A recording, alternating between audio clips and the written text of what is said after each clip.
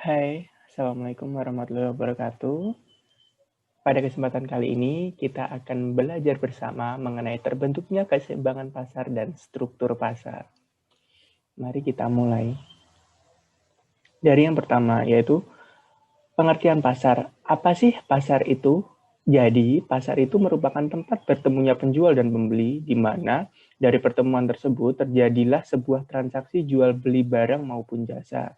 Jadi, pasar itu merupakan tempat terjadinya kegiatan ekonomi berupa jual dan beli yang dilakukan oleh pelaku ekonomi, yaitu adalah produsen dan konsumen. Nah, di sini bisa kita lihat contohnya. Dahulu kala, pasar itu hanya bersifat konvensional, di mana penjual dan pembeli itu bertemu secara langsung dan melakukan proses transaksinya pun juga secara langsung. Jadi barang yang dibeli oleh konsumen ini akan dibawa pulang langsung seperti itu. Nah, saat ini di era yang serba digital ini, pasar sudah mulai beralih. Ada pilihan baru berupa pasar online atau yang kita biasa kenal dengan marketplace, di mana penjual dan pembeli tidak harus bertemu secara langsung, namun hanya perlu melalui gadget saja. Pun seperti itu kegiatan transaksinya, jadi tidak perlu memberikan uang secara langsung kepada penjualnya, dan si pembeli tidak langsung membawa pulang barangnya, tapi melalui jasa kurir dan sebagainya. Setelah ini kita lanjut ke peran pasar dalam perekonomian. Ada 3 peran pasar dalam perekonomian. Yang pertama adalah sebagai sarana distribusi, yaitu sebagai sarana untuk menyalurkan barang dari produsen, dari tempat produksinya, menuju atau ke konsumen atau para pembelinya. Itu melalui pasar. Selanjutnya adalah sebagai pembentuk harga. Di dalam pasar ada kegiatan tawar-menawar. Nah, dari kegiatan tawar-menawar itulah harga sebuah barang atau suatu barang terbentuk. Selanjutnya adalah sarana promosi, yaitu untuk memperkenalkan. Jadi, biasanya para produsen ini ketika memiliki barang baru, dipromosikan atau dikenalkan kepada konsumennya melalui pasar. Seperti yang biasa kita lihat saat ini ya, atau sebelumnya. Nah, ketika kita di pasar, sering kita jumpai produk-produk yang sebelumnya tidak kita kenal, dan lama-kelamaan kita menjadi familiar dengan produk tersebut. Nah, itulah yang disebut dengan sebagai sarana promosi. Kita lanjut ke macam-macam pasar. Yang pertama, pasar menurut waktunya, yaitu ada pasar harian. Pasar harian itu merupakan pasar yang bukanya itu setiap hari. Jadi, pasar ini menjual barang-barang kebutuhan pokok yang kita perlukan setiap harinya. Selanjutnya adalah pasar mingguan. Pasar yang bukanya setiap minggu. Contohnya seperti apa? Seperti pasar yang buka di Car Free Day, di event Car Free Day yang hanya buka setiap hari Minggu saja. Selanjutnya ada pasar bulanan. Pasar bulanan ini buka setiap sebulan sekali. Biasanya menjual barang-barang yang tidak kita perlukan setiap hari atau bukan keperluan pokok kita. Di sini contohnya adalah pasar ternak, di mana penjual dan pembelinya pun juga tidak berasal dari satu kota itu saja, melainkan bisa dari berbagai kota di sekitar kota yang ada pasarnya tersebut. Selanjutnya yaitu adalah pasar tahunan. Biasanya pasar tahunan ini diadakan oleh pemerintah, yaitu setiap 1 tahun sekali untuk memperkenalkan produk-produk dari wilayahnya. Seperti itu. Sekarang adalah pasar menurut nyata tidaknya. Yang pertama adalah pasar abstrak.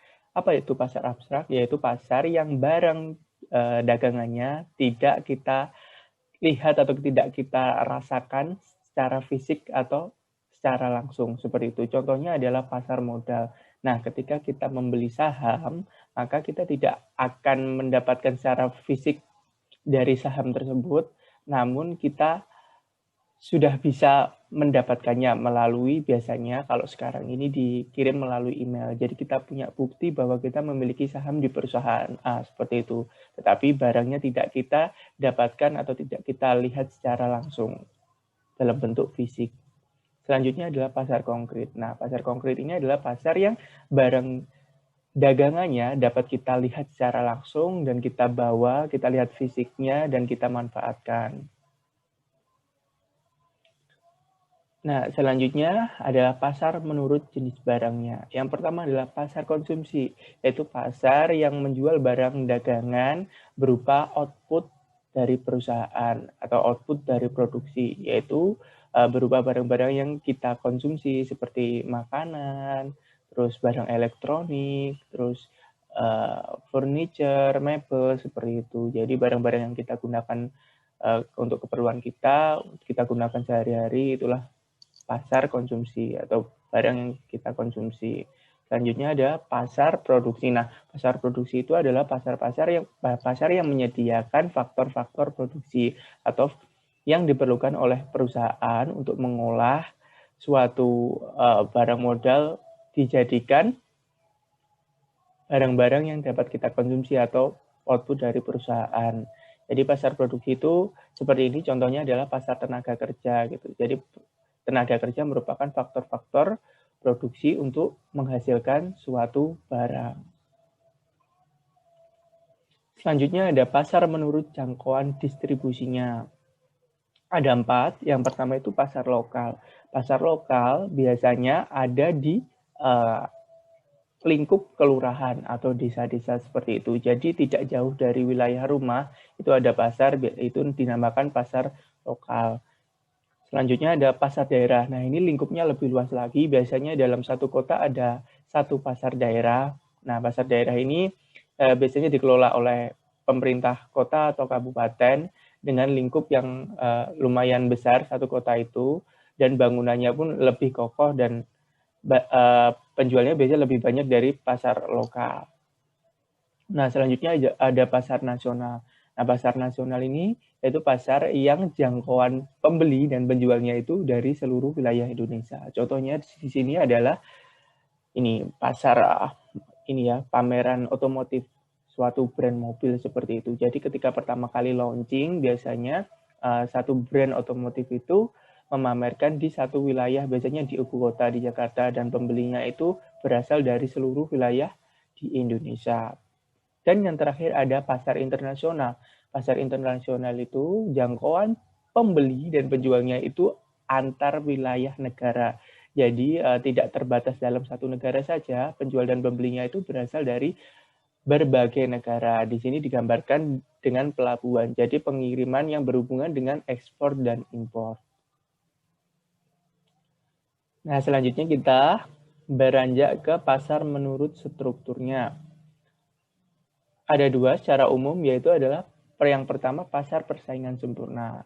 Apa sih pasar persaingan sempurna itu? Jadi pasar persaingan sempurna itu adalah pasar yang di mana di dalamnya terdapat banyak penjual dan banyak pembeli. Dan barang yang dijualnya itu berupa produk homogen. Bisa dilihat di sini contohnya dari ujung sini sampai ujung sana penjualnya sama-sama menjual bunga. Nah, dan terus di pasar persaingan sempurna ini akses untuk keluar masuk pasarnya itu mudah bagi penjual. Jadi tidak terlalu perlu keahlian khusus, hanya perlu barang saja, tidak perlu diolah lagi, sudah bisa bergabung dalam pasar persaingan sempurna itu. Nah, selanjutnya ada pasar persaingan tidak sempurna, yaitu pasar yang kehilangan beberapa faktor dari pasar persaingan sempurna. Untuk lebih jelasnya lagi, kita akan bahas khusus untuk pasar persaingan tidak sempurna ini. Yang pertama, bentuk-bentuk pasar persaingan tidak sempurna itu ada pasar monopoli. Pasar monopoli itu adalah pasar di mana hanya terdapat satu penjual saja. Contohnya seperti apa? Yaitu adalah PT KAI, Kereta Api Indonesia. Jadi hanya terdapat satu produsen saja yang menyediakan jasa kereta api di Indonesia. Dan terdapat banyak konsumennya. Nah, biasanya kalau di suatu negara, pasar monopoli ini ada kebijakan bahwa yang bersifat monopoli harus diurus atau dikendalikan, dikelola oleh pemerintah, supaya tidak terjadi kecurangan-kecurangan. Karena di pasar monopoli ini, produsen atau penjual memiliki kekuatan penuh untuk mengatur harganya. Selanjutnya ada pasar oligopoli. Nah, pasar oligopoli ini adalah pasar yang terdiri dari beberapa penjual dan banyak sekali pembeli. Contohnya di sini adalah brand otomotif ya, ini sepeda motor. Nah, untuk masuk dalam pasar ini pun juga sangat sulit karena harus diperlukan persaingan yang sangat ketat seperti itu. Misalnya untuk mendirikan suatu brand otomotif, maka seorang produsen atau penjual harus memiliki modal yang sangat besar, belum lagi teknologinya dan sebagainya. Jadi pasar oligopoli ini menjual barang yang sebenarnya sama, tetapi terdapat diferensiasi seperti itu.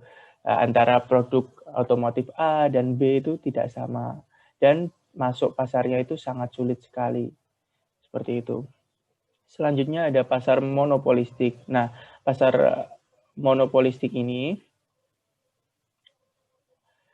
adalah pasar yang menjual barang-barang yang sifatnya homogen, tetapi terdapat diferensiasi. Nah, ini contohnya adalah ini sama-sama menjual makanan, tetapi di dalam makanan ini terdapat variasi-variasi yang membedakan di antara setiap produk dari produsennya, seperti itu. Nah, jumlah penjual dan pembelinya pun juga hampir sama dengan pasar persaingan sempurna, namun di pasar monopolistik ini lebih sedikit karena produknya itu tidak pure sama, tetapi ada yang membedakan, ada kreasi di dalamnya. Nah, untuk masuk di pasar monopolistik ini agak mudah. Jadi, setiap pasar yang penjualnya itu semakin banyak, maka untuk masuknya itu semakin mudah. Dan untuk kesempatan mengatur harganya pun juga semakin sedikit. Ketika banyak pesaing, maka ketika membuat kebijakan harga pun juga harus dipikirkan matang-matang, tidak bisa semena-mena karena konsumen dapat mudah untuk beralih ke penjual yang lainnya, beda dengan yang penjualnya itu sedikit. Seperti itu. Selanjutnya adalah pasar monopsoni. Pasar monopsoni itu kebalikannya dari pasar monopoli. Jika di pasar monopoli penjualnya hanya satu, kalau di pasar monopsoni itu penjualnya banyak dan konsumennya hanya satu. Kok bisa seperti itu? Nah, itu biasanya terjadi di daerah-daerah penghasil ternak seperti ini ya, telur seperti itu, di mana para penjualnya itu tidak bisa menjangkau secara langsung ke konsumen. Dan pembelinya siapa? Pembelinya itu adalah pengepul besar. Nah, pengepul besar ini membeli barang-barang hasil produksi dari beberapa penjual di suatu daerah tersebut. Selanjutnya ada pasar oligopsoni. Nah, pasar oligopsoni ini kebalikan dari pasar oligopoli, yaitu terdapat banyak penjual, namun hanya beberapa pembeli saja. Nah, ini ya hampir sama dengan pasar monopsoni, cuman di pasar oligopsoni ini pembelinya ada beberapa, yaitu terdiri dari pengepul besar dan pengepul kecil, seperti itu. Nah, ketika kita membicarakan pasar dengan kegiatan ekonomi berupa jual dan beli, maka kita juga secara otomatis akan membicarakan mengenai permintaan dan penawaran. Mari kita mulai dari pengertian permintaan. Permintaan adalah jumlah barang atau jasa yang diinginkan atau dibutuhkan oleh konsumen yang didukung dengan daya beli pada tingkat harga tertentu.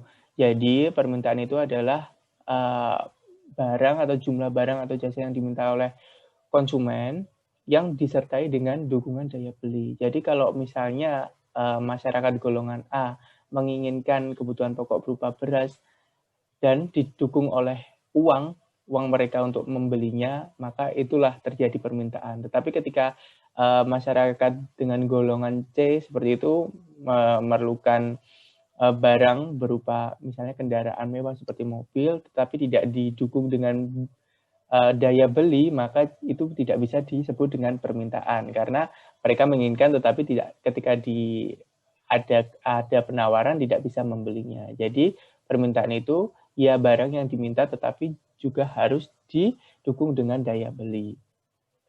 Nah, hukum permintaan berbunyi seperti ini. Apabila harga suatu barang turun, maka jumlah permintaan barang tersebut meningkat. Nah, sebaliknya jika harga suatu barang naik, maka permintaan barang tersebut akan menurun. Ini dapat kita lihat contohnya di mall-mall seperti itu. Ketika harga barang didiskon atau secara otomatis turun kalau didiskon, maka permintaan akan barang tersebut naik.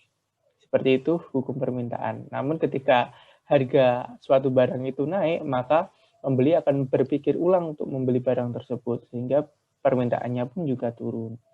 Nah, ini ada faktor-faktor yang mempengaruhi permintaan. Jadi kalau hukum permintaan tadi itu didasarkan pada harga barang itu sendiri. Selain itu, ada faktor-faktor lain yang mempengaruhi permintaan, yaitu ada harga barang substitusi dan komplementer. Substitusi itu adalah barang pengganti dari barang tersebut. Jadi ketika harga barang itu naik atau bagaimana, barang substitusinya inilah sebagai penggantinya. Ketika dirasa lebih worth it atau lebih menguntungkan untuk membeli barang substitusinya, maka permintaan akan barang tersebut akan turun seperti itu. Dan barang komplementer atau pelengkapnya, misalnya kopi dan gula. Kalau harga kopi tetap tapi gulanya naik, maka permintaan akan kopi pun juga akan menurun. Seperti itu. Yang ketiga ada pendapatan. Jadi daya beli masyarakat ini diperoleh dari pendapatan masyarakatnya. Jadi semakin pendapatannya banyak, maka permintaannya pun juga semakin tinggi. Selanjutnya ada jumlah penduduk. Sudah pasti ya, kalau jumlah penduduk di suatu wilayah itu semakin besar, maka secara otomatis permintaan di daerah tersebut juga akan besar. Nah, selanjutnya ada intensitas kebutuhan masyarakat. Jadi intensitas kebutuhan masyarakat itu tergantung juga di daerah-daerahnya. Misalnya saja di Bali. Di Bali itu kebutuhan akan bunga itu sangat besar. Kenapa? Karena setiap hari mereka masyarakat Bali mengadakan upacara seperti itu. Seperti di pura-pura yang ada di rumahnya itu diberi sesajen. Nah, itu permintaan akan bunganya jauh lebih besar daripada masyarakat yang ada di Jawa. Karena intensitasnya itu berbeda. Nah, selanjutnya ada selera konsumen, yaitu contohnya seperti selera konsumen yang berada di desa yang ada di pelosok dengan di kota. Ketika ada suatu brand, misalnya sepatu seperti itu, di kota, maka permintaannya juga akan banyak karena masyarakat di sana seleranya ya seperti itu, berbeda dengan ketika di daerah desa atau pelosok. Mereka mungkin seleranya berbeda dan lebih mengutamakan hal yang lain. Nah, selanjutnya adalah ekspektasi harga di masa depan. Nah, ketika konsumen ini berpikir bahwa, wah nanti ke depannya atau beberapa hari lagi harga barang ini akan naik, maka permintaannya pun di hari itu akan naik juga. Karena untuk berjaga-jaga daripada membeli beberapa hari kemudian harganya sudah naik, mending sekarang beli yang banyak. Seperti itu. Contohnya BBM. Nah, ketika diumumkan pada minggu depan atau bulan depan BBM harganya akan naik, maka masyarakat berbondong-bondong untuk mengisi penuh tangki kendaraannya. Selanjutnya, ini adalah penawaran. Pengertian penawaran adalah jumlah barang atau jasa yang disediakan oleh produsen pada tingkat harga tertentu. Nah, jadi ini adalah barang yang disediakan oleh produsen dengan pada tingkat harga tertentu. Jadi ketika harganya 5.000, produsen mampu menyediakan barang 100 buah, ketika harganya 6.000, dapat menyediakan 120 buah, seperti itu. Nah, hukumnya berbunyi seperti ini. Apabila harga suatu barang turun, maka jumlah barang yang ditawarkan akan menurun. Sebaliknya, jika harga suatu barang naik, maka jumlah barang yang ditawarkan meningkat. Nah, ini kebalikan dari permintaan. Jika barang harganya turun, penawaran dari produsen itu pun turun. Kenapa? Karena untungnya semakin sedikit. Ketika barang harganya naik, maka penawarannya pun juga akan naik karena untungnya semakin besar dan modal untuk usahanya pun juga semakin besar. Nah, ini ada faktor-faktor lain yang mempengaruhi penawaran, yaitu ada harga barang itu sendiri, terus yang kedua adalah biaya produksinya. Ketika biaya produksinya meningkat dan harganya tetap, secara otomatis pasti barang yang ditawarkannya akan menurun karena modalnya semakin tipis untuk memproduksi barang yang biaya produksinya semakin besar. Ketika ada teknologi yang digunakan. Jadi ketika teknologi yang digunakan itu modern, semakin cepat untuk memproduksi barang, maka secara otomatis barang yang ditawarkannya pun juga akan semakin banyak. Yang keempat ada pajak. Nah, pajak ini sangat berpengaruh juga ketika produsen itu barangnya dikenai pajak, secara otomatis harganya pun akan meningkat. Setelah harganya meningkat, maka permintaannya menurun dan akhirnya si produsen menurunkan harganya dan penawarannya pun ikut menurun. Yang kelima adalah harga barang lain, seperti itu. Jadi persaingannya, ketika pesaingnya itu lebih kompetitif, maka penawarannya pun juga akan semakin turun karena permintaannya tidak banyak atau turun juga. Nah, kita beralih ke fungsi permintaan dan fungsi penawaran. Nah, sudah kita jabarkan ya tadi bahwa hukum permintaan dan hukum penawaran itu berbalik. Jadi ketika harganya itu naik, maka jumlah permintaan dan penawaran itu justru berbalik seperti itu. Kalau harganya naik, permintaannya turun, tetapi penawarannya naik. Jadi nanti di antara naik turunnya itu ada suatu titik di mana titik itu merupakan keseimbangan di mana jumlah penawaran dan permintaan itu sama. Seperti itu. Nah, sebelum melangkah ke situ, kita akan belajar dulu di fungsi permintaan. Jadi rumusnya di sini ada ID sama dengan A min BPD. Keterangannya di mana A dan B itu adalah konstanta.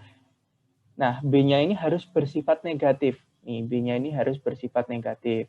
Nah, B ini diperoleh dari delta ID dibagi delta PD. Nah, PD ini adalah harga barang per unit yang diminta. Dan ID ini adalah banyaknya unit yang diminta. Contohnya ini. ID sama dengan 20 min 3P. Nah, 20 ini adalah A-nya dan min 3 ini adalah B-nya. Jadi, bisa dilihat ya, min 3 ini B-nya, di mana B harus bernilai negatif. Ini sudah benar. B-nya berupa min 3. Selanjutnya ada fungsi penawaran. VS sama dengan A plus BPS. Ini keterangannya sama dengan VD, di mana A dan B adalah konstanta, dan B harus di sini kalau penawaran B-nya harus bernilai positif. Kebalikannya, seperti itu. Kurang lebih penjelasannya sama. Contohnya adalah VS sama dengan 8 plus 2P. Ini A-nya adalah 8, dan B-nya adalah 2. Nah, sudah benar ya, 2-nya ini bersifat positif. Nah, untuk lebih jelasnya lagi, kita akan melihat rumusnya. Jadi untuk mencari rumus dari fungsi permintaan penawaran itu, untuk menghasilkan ID sama dengan 20 min 3P, VS sama dengan 8 plus 2P, rumusnya seperti ini. P min P1 dibagi P2 min P1 sama dengan H min H1 dibagi H2 min H1. Kita coba di contoh soal. Nah, seperti ini. Diketahui, ini membacanya seperti ini ya. Ketika harga P, maka permintaannya adalah, ketika harganya 4, ketika harganya 4, permintaan barang tersebut 6. Tetapi ketika harganya naik 8, permintaannya turun menjadi 2. Dari data di atas, carilah fungsi permintaan dan gambarlah kurvanya. Mari kita selesaikan. Kita masukkan rumus fungsi permintaan, yaitu adalah P min P1 dibagi P2 min P1 sama dengan H min H1 dibagi H2 min H1. Nah, di sini kita masukkan saja. P-nya tetap P, dikurangi P1. P1-nya adalah 4. Ini ya. Terus dibagi P2 min P1. P2-nya 8, P1-nya 4. Nah, sama dengan H min H1. H-nya tetap ditulis H, min H1. H1-nya berapa? 6. Berarti H min 6 per H2 min H1. H2-nya 2. H1-nya 6. 2 min 6. Kita selesaikan dulu yang bisa diselesaikan. Ini yang di bawahnya yang faktornya membaginya ini. 8 kurangi 4 sama dengan 4. Terus 2 kurangi 6 sama dengan min 4. Lalu setelah sudah terbentuk seperti ini, P min 4 per 4 sama dengan Hi min 6 per min 4, kita kalikan silang. Jadi, kita kalikan silang untuk menghilangkan ini, pembaginya ini.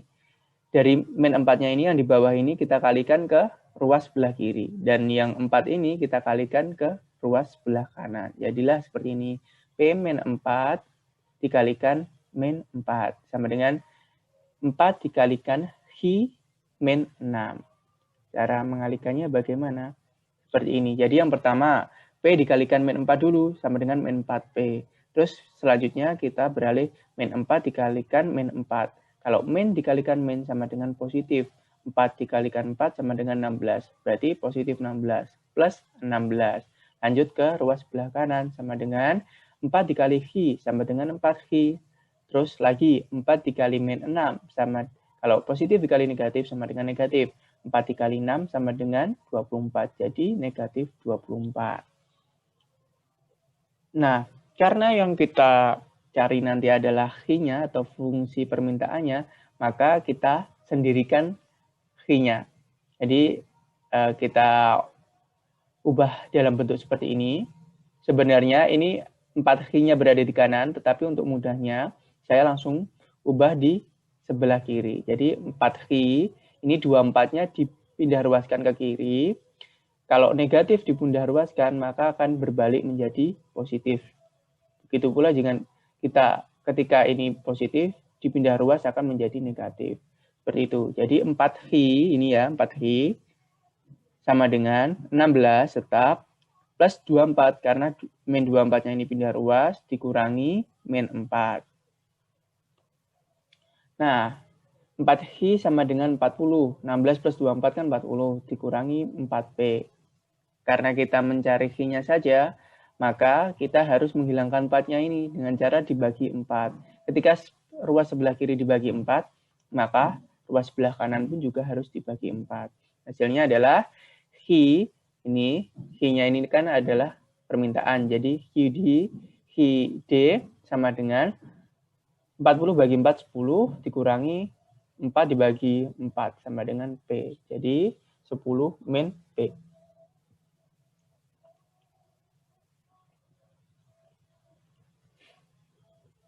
Selanjutnya kita gambarkan kurvanya. Jadi sudah diketahui bentuk permintaan, fungsi permintaannya adalah Hi D sama dengan 10 min P. Caranya bagaimana? Caranya kita misalkan dulu yang pertama adalah jika P 0. Nah, maka Hi sama dengan 10 min P. Kalau P-nya 0 kan berarti Hi sama dengan 10 dikurangi 0. Hi-nya adalah 10. Nah, ditemukan titik koordinat seperti ini. Yang depannya ini adalah Hi-nya ya. Jadi 10,0. Ini kan diperumpamakan P-nya tadi 0. Nah, selanjutnya kita permisalkan lagi. Jika Hi-nya 0, kita masukkan rumusnya. Hi sama dengan 10 min P. Nah, Hi-nya, jika Hi 0 kan, berarti Hi-nya kita ibaratkan dengan 0. 0 sama dengan 10 min P. Nah, ini pindah ruas P-nya ya ke kiri, jadi P sama dengan 10. Ditemukan titik koordinat. Yang pertama ini 0, 0 itu Hi-nya, yang pertama itu Hi, yang kedua itu P-nya. Jadi yang pertama titiknya adalah 0 karena diperumpamakan di sini Hi-nya adalah 0. Yang kedua kita ketemukan P-nya atau titik P-nya itu adalah 10. Maka langsung saja kita gambarkan. Yang pertama ini kan titiknya adalah 10,0. Ini. Di sini ya, titik pertamanya. Jadi yang bentuknya vertikal ini adalah garis P, yang horizontal ini adalah garis Hi. Yang pertama adalah 10,0. Ini Hi-nya 10, P-nya 0. Ini titiknya. Yang kedua adalah 0,10. Jadi Hi-nya 0 dan P-nya 10. Nah, dari dua titik ini kita garis. Nah, inilah kurva permintaan. Selanjutnya, kita mencoba di contoh soal fungsi penawaran. Jadi, fungsi penawaran ini, ketika harga barang 6, maka penawarannya adalah 3. Ketika harga barangnya naik menjadi 9, penawarannya pun juga naik menjadi 9. Dari data di atas, carilah fungsi permintaan dan gambarlah kurvanya. Sama seperti tadi, fungsi penawarannya kita tulis rumusnya P min P1 per P2 min P1. sama dengan H min H1 sama dengan per H2 min H1. Kita masukkan saja P min P1-nya 6 dibagi P2-nya 9 dikurangi P1-nya 6 sama dengan H min H1-nya 3 dibagi H2-nya 9 dikurangi H1-nya 3. Kita kurangi dulu yang sebelah bawahnya yang sudah langsung bisa diselesaikan, yaitu 9 kurangi 6 sama dengan 3, 9 kurangi 3 sama dengan 6. Jadilah P min 6 per 3 sama dengan H min 3 per 6. Lanjut, kita kalikan silang, P min 6 dikalikan 6, terus ini 3 pindah ruas ke sini, 3 dikalikan H min 3. Langsung saja kita kalikan, P dikalikan 6 sama dengan 6P, terus min 6 dikalikan 6, negatif dikalikan positif sama dengan negatif, 6 kali 6 sama dengan 36, jadi negatif 36, sama dengan 3 dikalikan H sama dengan 3H, dan 3 kalikan min 3 sama dengan min 9. Kita pindah ruas, kita cari H-nya, jadilah min 36 plus 9 karena 9-nya pindah ruas, jadi positif, ditambah 6P. 3H sama dengan min 27 plus 6P. Nah, ketika kita mencari H-nya, maka kita hilangkan 3-nya. Kita bagi 3, kalau ruas sebelah kiri dibagi 3, ruas sebelah kanan pun juga dibagi 3. Jadi, 3H dibagi 3 sama dengan min 27 dibagi 3 berapa? Ya ini, min 9. Terus 6 dibagi 3 sama dengan 2. Jadilah Hs sama dengan min 9 plus 2P. Ini sesuai dengan rumusnya syarat tadi ya. Ketika Hs-nya, maka B-nya ini harus bernilai positif.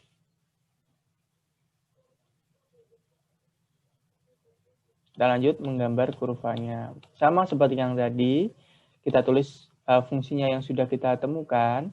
Is sama dengan min 9 plus 2P. Lalu kita umpamakan, jika P-nya 0, maka H-nya adalah, kita masukkan rumusnya. H sama dengan min 9 plus 2P.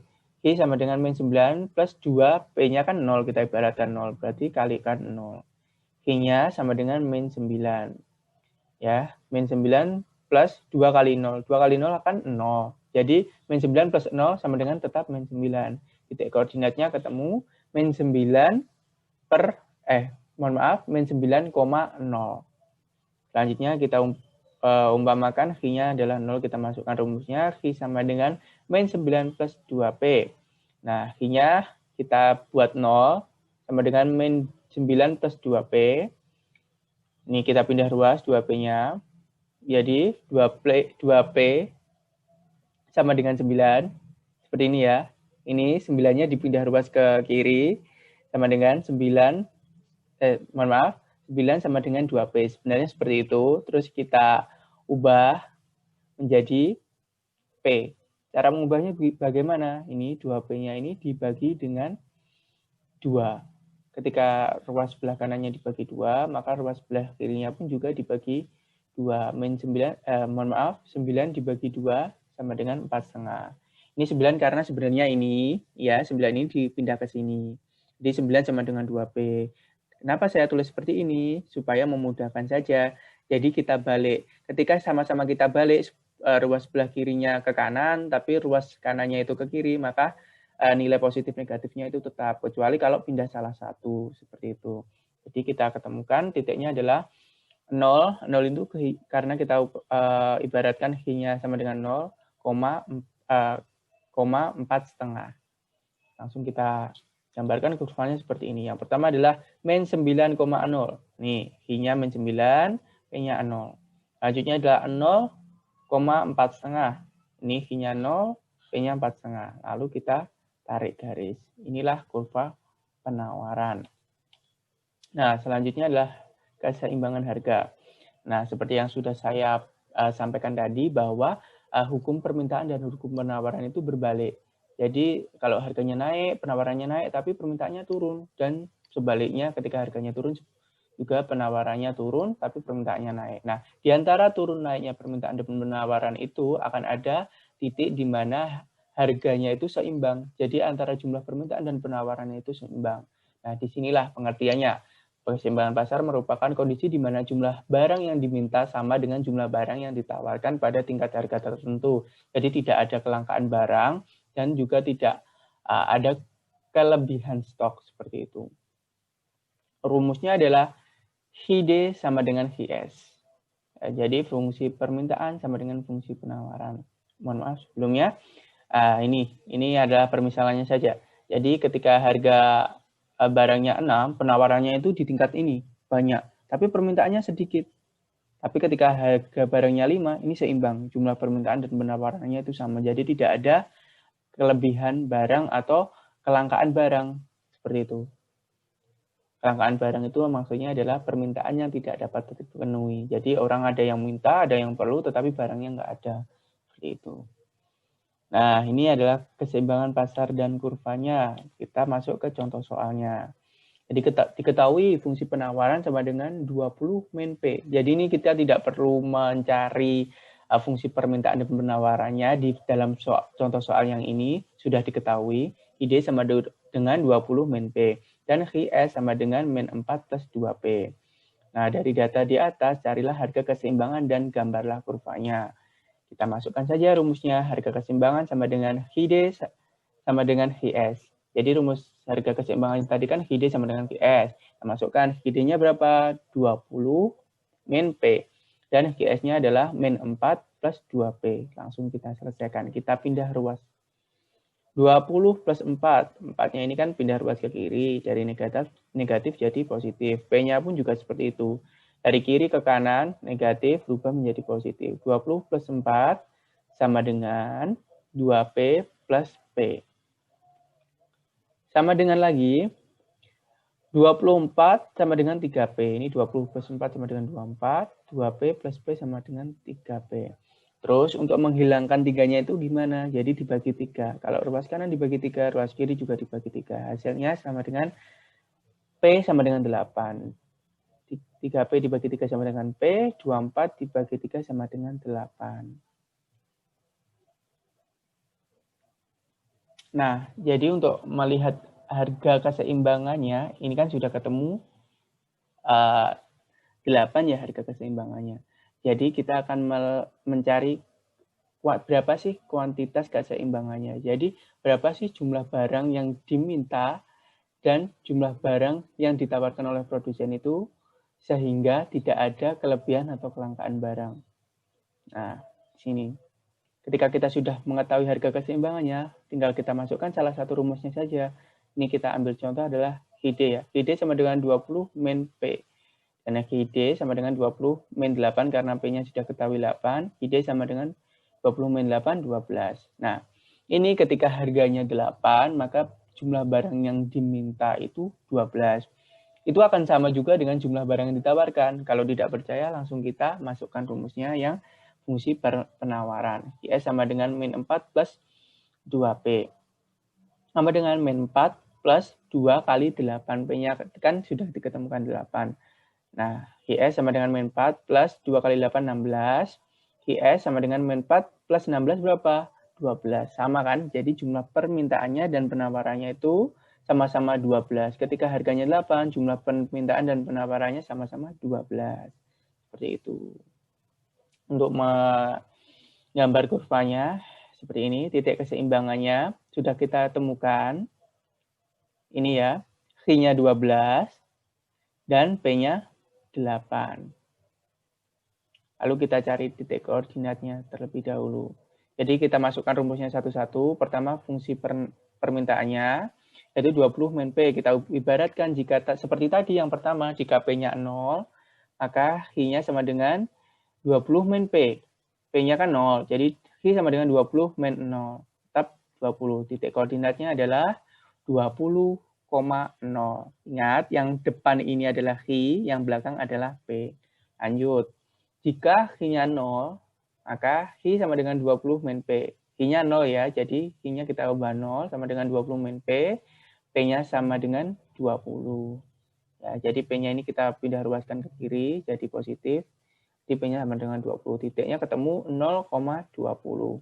Lanjut, IS sama dengan tadi fungsinya min 4 plus 2P. Kita ibaratkan jika P-nya 0, Maka Hi sama dengan min 4 plus 2P, Hi sama dengan min 4 plus 2 kali 0, Hi sama dengan min 4. Ya ini ya, min 4 plus 2 kali 0. 2 kali 0 berapa? 0. Min 4 tambah 0 tetap min 4. Jadi titiknya ketemu min 4,0. Selanjutnya, jika Hi-nya 0, maka Hi sama dengan min 4 plus 2P. 0, ini ya, Hi-nya kita ibaratkan 0. Maka sama dengan 0 sama dengan min 4 plus 2P. Nah, kita pindah ruas ini. Min 4-nya kita pindah ruas ke kiri jadi 4 saja. 4 sama dengan plus 2P ini. Nah, terus untuk menghilangkan 2P-nya ini dibagi 2. 2P dibagi 2, 4 yang sudah di sini tadi, 4 dibagi 2 sama dengan 2. Jadi P-nya sama dengan 2. Ketemu titik koordinat 0,2. Langsung saja kita gambarkan. Ini yang pertama, titik koordinat dari fungsi permintaannya dulu. Ini kan yang pertama 20,0. Ini. I-nya 20, terus di sini 0. Terus yang kedua ada 0,20. Ini 0, V-nya 0, dan P-nya 20. Kita tarik garis. Nah, selanjutnya yang fungsi penawarannya. Yang pertama titiknya adalah min 4,0. Ini V-nya min 4, terus P-nya 0. Selanjutnya, I-nya 0, P-nya 2. Kita tarik garis. Nah, di antara garis dari permintaan, fungsi permintaan dan fungsi penawar ini, ada perpotongan di sini. Nah, perpotongan inilah merupakan harga keseimbangan atau keseimbangan pasarnya. Nah, sudah sampai di situ penjelasan pada kesempatan kali ini. Semoga semuanya paham apa yang telah saya jelaskan. Dilihat secara perlahan dan diperhatikan dengan seksama supaya mengerti, benar-benar mengerti apa yang dimaksud dengan pasar, jenis-jenisnya, macam-macamnya, terus permintaan penawaran, harga keseimbangan, dan sebagainya. Untuk itu sekian pertemuan kita pada kali ini. Terima kasih. Wassalamualaikum warahmatullahi wabarakatuh.